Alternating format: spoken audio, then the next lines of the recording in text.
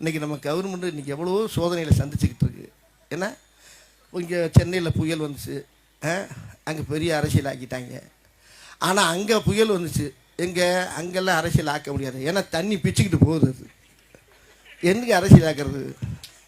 ஏன் எங்கே இருக்கானே தெரில. இதே அரசியல் அங்கே போய் பண்ணலாம்ல? இல்லை, முடியலை. கத்துறான். அதில் ஒருத்தன் சொல்கிறான், அவன் ஏன் டைரக்டர் அங்கே போகிறான்? டைரக்டருக்கு அதுக்கு என்ன சார்? அவன் ஊர்றாது. அவன் ஊருக்குள்ளே அந்த பள்ளம் எங்கே இருக்குது, இந்த மேடு எங்கே இருக்குது, அது இது எங்கே இருக்குது, அது எங்கே இருக்குது, அவனுக்கு தானே தெரியும். போகக்கூடாதா? அப்போ என் ஊரில் வெள்ளம் தனசேனை உட்காந்துருக்கு, அது ஊரில் வெள்ளம்னா அதுதான் வேட்டியை கட்சிக்கு நிற்கணும். இவன் போகிறான்னா, ஏய் நான் போகாமல் என் ஊரில் நான் போகாமல் எவன்டா போகிறது? போகணும்ல. ஏன் எங்கே கிடந்து கத்துறான், எந்த குளிக்கில் கிடக்கிறான்னு அவனுக்கு தான் தெரியும். அதில் இன்னொரு வார்த்தை சொல்கிறான், உதயநிதி எதுக்கு அனுப்பி வைக்கிறாரு? உதயநிதி யாராரு? போகணும்ல. போய் மக்களோட நான் இருக்கேன், உங்களோட சேர்ந்து வாழ்கிறேன், உங்கள் கூட இருக்கேன்றது அவர் மக்களோட சேர்ந்து இணைஞ்சு வேலை செய்யணும்ல. இருக்கிற அமைச்சர்லேருந்து இருக்கிற எம்எல்ஏலேருந்து எல்லாரும் போய் அங்கே போய் பூரா அதாவது தண்ணியில் அந்த கீதா ஜீவமெல்லாம் இறங்கி நடந்து போகிற காட்சியெல்லாம் பார்த்தா எல்லாம் இறங்கி அப்படியே அந்தளவுக்கு மேலே உத்தரவு போட்டு அளவுக்காக பண்ணிக்கிட்டு இருக்காங்க. நான் இது அரசியல்லாம் பேசலை, விரும்புகிறேன். நான் இது அரசியல் கிடையாது. நான் சொல்கிறது எல்லாருக்குமே பங்கு இருக்குது. ஒரு அணில் கொண்டு போய் ஒரு மரத்துலேருந்து இந்த வெள்ளத்தில் ஒரு கொய்யாப்பழத்தை போட்டால் கூட அணிலே எங்கேருந்து வந்து ஒரே ஒரு கொய்யாப்பழத்தை போட்டு அணில் கும்பிடணும். ஒரு அணிலாக இருந்தாலும் எலியாக இருந்தாலும் அது போய் அங்கே போய் ஒரு சின்ன ஒரு கனியை தூக்கி போட்டால் கூட அது புண்ணியம் தானையா?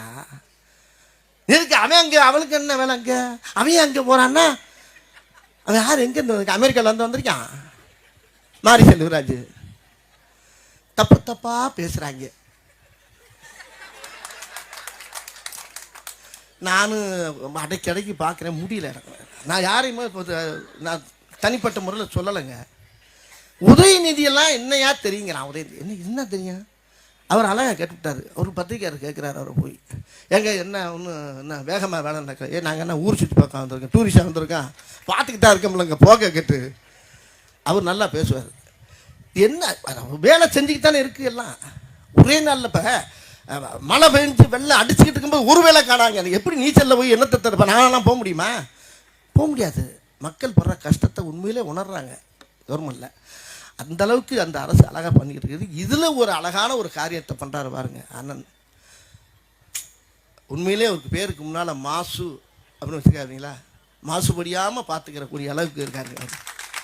ஒரு மாசற்ற மனிதன், நல்ல மனிதர் மகா சுப்பிரமணியன் அவர்கள்.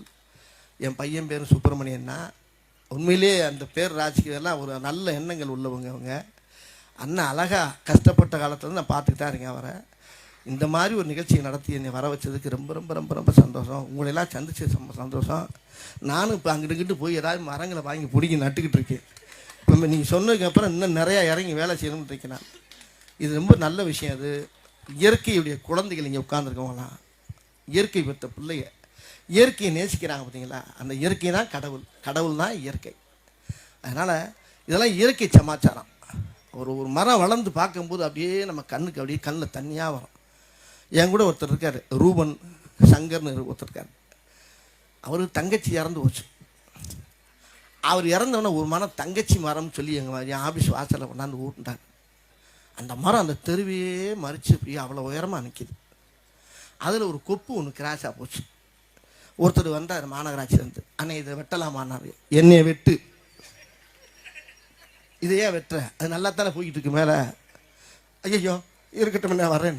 நல்லா இருக்குது அந்த மரம். அதில் கொய்யா மரமும் இருக்குது, எல்லா மரமும் இருக்குது. ரோட்டில் விழுகும் பூரா போகிறவங்கலாம் பிறக்கி இறக்கி சாப்பிட்டு போவாங்க. இப்படி நல்ல காரியத்துக்கும் பயன்படுறது, நிழல் தருது, நம்மளுக்கு ஆக்சிஜன் தருது. அதனால் இந்த மர விஷயத்தில் எல்லா பேருமே ஒருமித்த கருத்தோடு இருந்து இது பூரா நம்ம தமிழ்நாடு பூரா நம்ம பரப்பணுதை.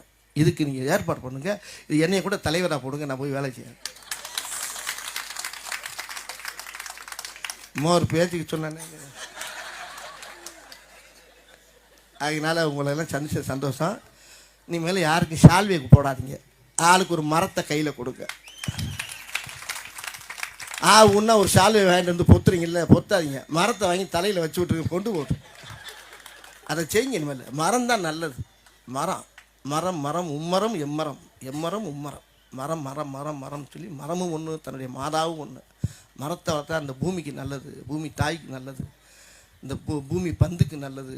எல்லோரும் நல்லா இருப்போம். எதிர்கால சந்ததியெல்லாம் நல்லா இருக்கக்கூடிய ஒரு பெரிய ஒரு ஒரு குடிப்பினை வந்து, அதாவது இந்த கெட்ட காற்று வந்து ஹாஸ்பிட்டலில் 1.5 லட்சம் 2 லட்சம் 8 லட்சம்னே கணக்கு வர மாட்டேங்குது. அந்த அளவுக்கு செலவு போகுது. ஆனால் அந்த மரம் காசே வாங்காமல் நம்மளுக்கு நல்ல காற்றை தருது. அதை மதிக்கிறோமா நம்ம? தயவுன்னு எல்லாரும் மரத்தை மதித்து இந்த மாதிரி மரம் நடுறதுக்கு எல்லாரும் உலகம் பூரா பரப்புங்க. வாழ்த்து.